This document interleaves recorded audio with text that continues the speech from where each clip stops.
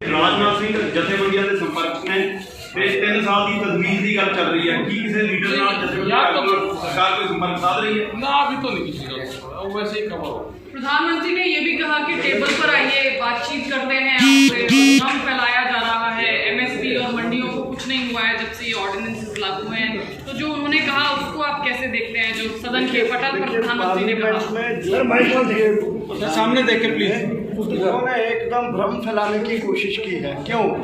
क्योंकि मंडियों के बारे में उन्होंने जो बोला है कि प्राइवेट मंडी भी होगी गवर्नमेंट में, हमने बहुत क्लियर कर दिया है उन्हें पहले 11 राउंड्स में कि प्राइवेट मंडियां में नहीं चाहिए। 1 सेकेंडली एमएसपी है, था, रहेगा। उसके बारे में हमारा कहना ये है कि एमएसपी नहीं था। एमएसपी बिहार में कहाँ मिलता है, मध्य प्रदेश में कहाँ मिलता है? एमएसपी नहीं है, नंबर 1। नंबर 2, पंजाब में एमएसपी और गेहूं और पैडी पर मिलता है, मक्के पे नहीं मिला है। तमाम 23 फसलों को बाजार खरीदे, सरकार खरीदे, सबको एक गारंटी होना चाहिए कि अगर उसको एमएसपी नहीं मिला है, वो व्यापारी ने खरीदा तब भी जनता उसका जो उसकी जो सज़ा का वो होना चाहिए, एक कानून बनना चाहिए। इसलिए हमारा ये कहना है कि वो गलत बयानबाजी कर रहे हैं। एमएसपी ना के जो है वो हमें मंजूर नहीं है। रिटर्न एश्योरेंस दें, कागज़ पर लिख के दे के सबको एमएसपी मिलेगा, सब फसलों पर मिलेगा। फिर उसके बारे में जो भी उन्होंने लॉजिस्टिकली चीज़ों को बनाना है वो हम बनाने के लिए तैयार हैं। क्यों जी? मोटे तौर पे ये है कि वो एमएसपी तय तो कर रहे हैं, खरीद नहीं रहे। और उसका आंकड़ा ये बता रहा है कि आज हमें 17 लाख करोड़ रुपया हमारी जेब में जाना चाहिए कई फसलों में अगर एमएसपी में बिकती है। लेकिन आज जो किसान को मिल रहा है वो 13 से 14 लाख करोड़ मिल रहा है, यानी 3 से 4 लाख करोड़ का पर साल नुकसान है। एमएसपी से भी कम मिल रहा है, न्यूनतम से भी कम मिल रहा है। अब जब हम उनसे बात करते हैं, कई बार बीच में बात हुई, वो वहाँ तो और ध्यान दे रहे हैं कि एमएसपी है, था एमएसपी है, एमएसपी रहेगा। वो उसके तय करने की बात करते हैं, खरीदने की बात नहीं कर रहे। हमने मीटिंग में अमित शाह जी से सवाल किया था कि क्या आप इनके खरीदने की गारंटी देते हो? उनका साफ तौर पे इनकार था। और ये जो है केवल उतना खरीद रहे हैं जितना इनको पीडीएस में पीले कार्ड वाले को देना होता है, केवल उतना खरीद रहे हैं। और आपके सामने है, बिहार में 1100 रुपये में धान बिका, हरियाणा में 1100 रुपये में मक्का बिका, 1850 रेट था। हरियाणा में सरसों नहीं बिकी, हरियाणा में बाजरा नहीं बिकी, हरियाणा में कपास पे कई कट लगा है, हरियाणा में मूंगफली 1000 रुपये सस्ती बिकी है। एमएसपी से कम बिक रही है सभी चीज़ें और एमएसपी तय कर रहे हैं, एमएसपी दे नहीं रहे हैं। सबसे बड़ा सवाल है देश का। हालांकि एमएसपी तय करने का जो फार्मूला है वो फार्मूला भी जो हम डिमांड करते हैं स्वामीनाथन कमीशन का C2 + 50%, उससे तय नहीं होता है। वो तय करते हैं A2 + FN फैमिली लेवल। जो इन्होंने तय किया है ना, आज अगर धान का मोल हम देखें तो धान में अगर C2 से तय करें तो 600 रुपये और बढ़ते हैं, धान में गेहूँ ज़्यादा बढ़ते हैं। तो उसमें अगर C2 से तय करें तो 600 रुपये और बढ़ते हैं। फसलों में ऐसा ही है कि अगर C2 के हिसाब से मिले तो देश का किसान बच जाएगा। अभी तो ये A2 + FN ले रहे हैं, यानी उसमें ठेका, उसमें इन्वेस्टमेंट का ब्याज, वो सभी चीज़ें हमारा रेट तय करते वक्त नहीं जोड़ रही है।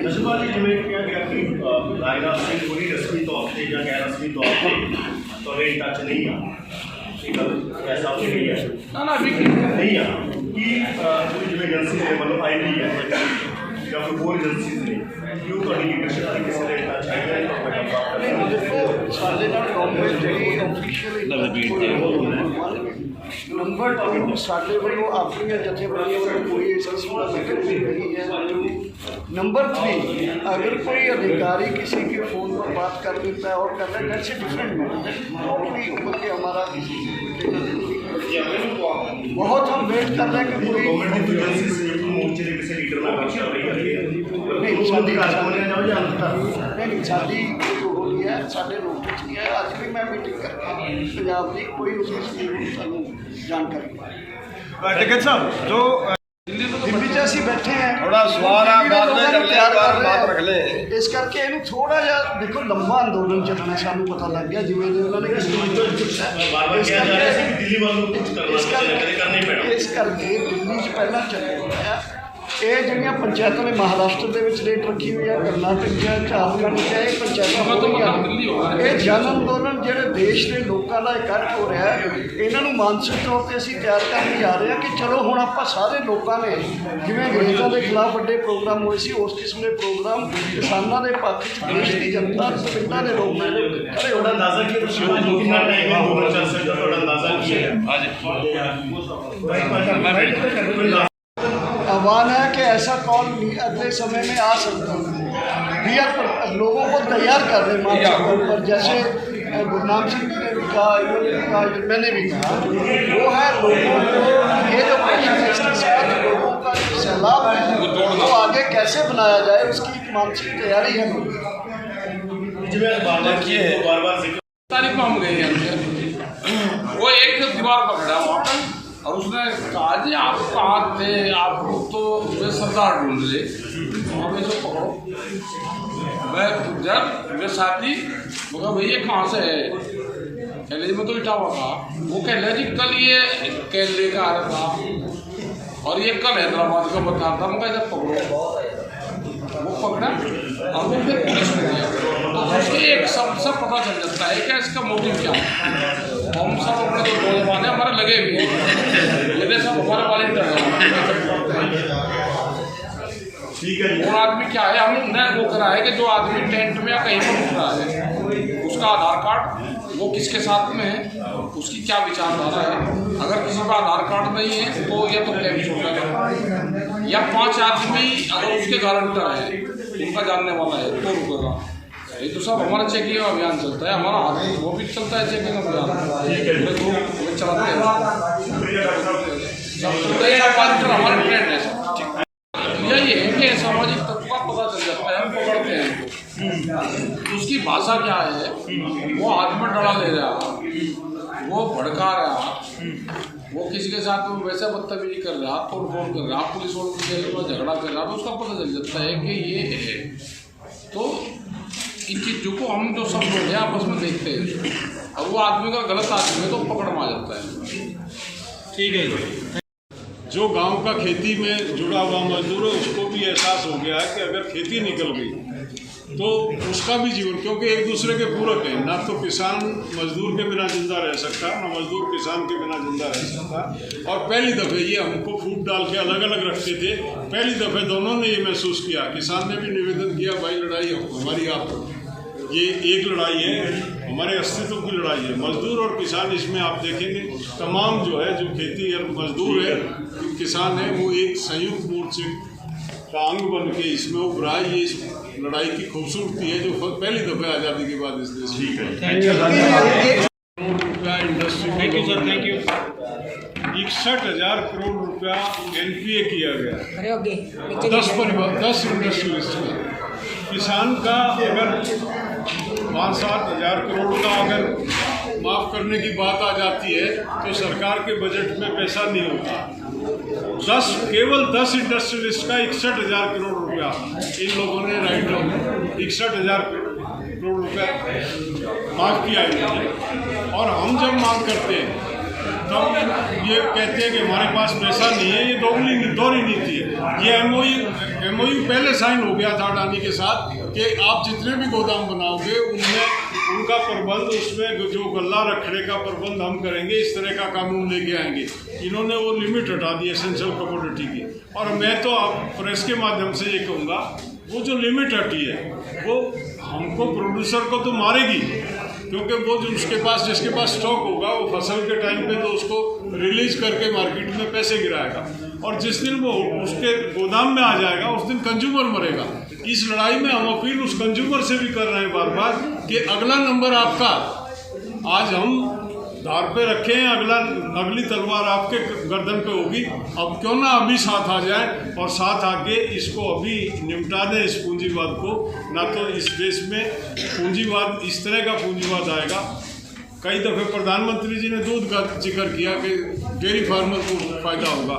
ये जो मॉडल लेके आए डेयरी फार्मर पूरे यूरोप में आंदोलन करता। वहाँ पे क्या कानून है कि डेयरी से ही आप दूध खरीद सकते हैं, डायरेक्ट जो है किसान जो है कंज्यूमर को नहीं दे सकता। किसान से 29 सेंट में लिया जाता दूध और 1 यूरो 10 सेंट में डेयरी बेचती है उसको। इतनी बुरी हालत में है यूरोप का किसान, अगर सब्सिडी ना हो, कैश सब्सिडी ना हो, पर काऊ कैश सब्सिडी है तो सर्वाइव नहीं कर सकता।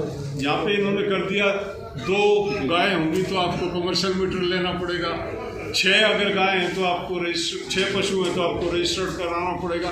हर किसान के पास 2-4 भैंस 2-4 कटिया बछिया हो जाती हैं, सब रजिस्टर्ड हो गए सबका। ये थोड़े दिन में इंस्पेक्टर घूमेंगे और किसान घूमता रहेगा, रिश्वत देता और उनको कराता।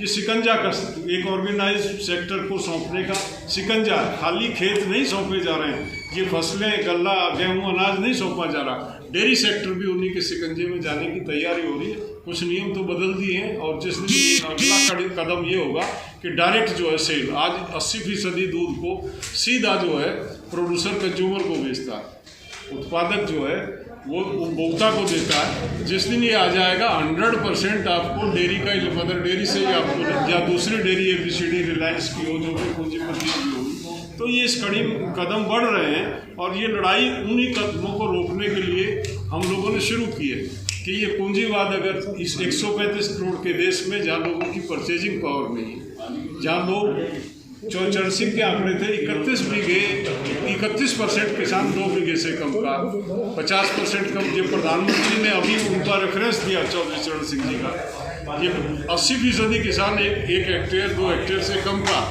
इतने छोटे किसान को यूरोपियन मॉडल में डालना मतलब कहीं फिट नहीं बैठता। हमने बार बार कहा कि अगर हिंदुस्तान को देखना है तो चौधरी चरण सिंह के परिप्रेक्ष्य में जाओ। उन्होंने एक पुस्तक लिखी है, भारत की भयावह आर्थिक स्थिति, कारण और निदान। उसमें उन्होंने लिखा कि ये माइग्रेशन जो बढ़ रहा ये इसलिए बढ़ रहा है कि देहात को इग्नोर किया। हमेशा जो जितना इन्वेस्टमेंट हुआ वो शहरीकरण की तरफ हुआ। देहात के नौजवान को अगर गांव में रोकना, पलायन अगर गांव का रोकना है तो हमको लघु उद्योग पे और कुटीर उद्योग पे जाना पड़ेगा। गांव के बच्चों को एक मार्केट सुनिश्चित करानी पड़ेगी। ये तमाम इश्यूज़ हैं हमारे के, जो गांव के टोटल इश्यूज़ को। और यूथ आज में जो इतना नौजवान हमारे साथ जुड़ा है, कहीं ना कहीं वो पीड़ित है इस सिस्टम से, वो असंतोष है जिसकी वजह से वो हमारे साथ आया। तो ये बड़ी लड़ाई है और इसमें आप लोगों का, मीडिया का एक सार्थक सहयोग जो हमें मिल रहा है तक निश्चित तौर पर ये सहयोग मिलता रहेगा तो इस लड़ाई को जीतेंगे, ये हमको यकीन है और इसी रणनीति पे हम काम कर रहे हैं।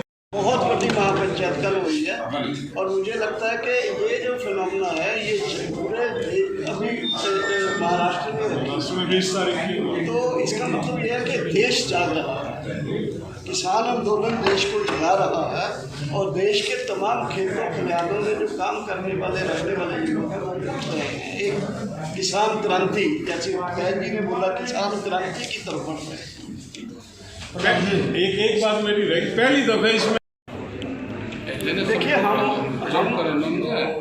जब उनका कोई डाटा बेस और उनको तो पहले जैसे वो बातचीत करते थे उनके पास में पूरा सिस्टम पहले में संयुक्त मोर्चे के पास में बुलाती थी, उनको मीटिंग करनी होती।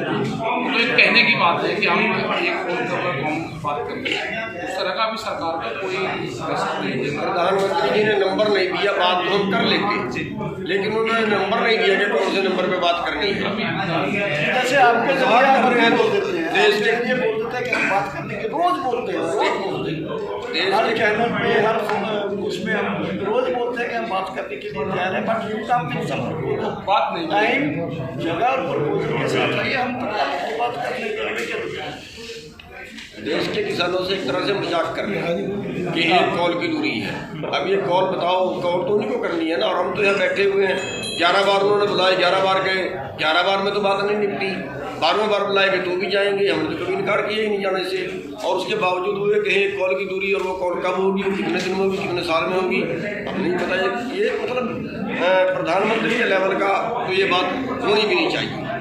और साथ ही देखिए शर्म की बात है कि देश का जो CEO है वो बोलता है परजीवी, आंदोलनजीवी, FDI, ये सब क्या बातें हैं? बल्कि ये कोई सिंसियर बातें हैं? आप एक इतना बड़ा आंदोलन है, इस आंदोलन में पूरे देश के लोग लगे हुए हैं, उसमें इस तरह का वो करना, वो भी पार्लियामेंट में, ये कहा कि टोटल नॉन सीरियसनेस गवर्नमेंट का भी, और इसका खमियाजा इनको भुगतना पड़ रहा है। जैसे युद्धवीर जी ने आज कहा कि लोग ऐसे आ रहे हैं और अल्टीमेटली ये लोगों का गुस्सा आ रहा है इनकी तरफ। ये पहले प्रधानमंत्री जो इस तरह से कर रहे हैं, मुझे लगता है कि इनको कोई ना तो अपने देश से, ना अपनी कौम से, ना अपने किसानों से, ना अपने लोगों से कोई प्यार नहीं है। ये बड़े जो जिनको बेच रहे हैं देश, ये अपने अंबानी, अडानी और दूसरे कॉर्पोरेट से, इनके साथ ही लगाव है हमारे जो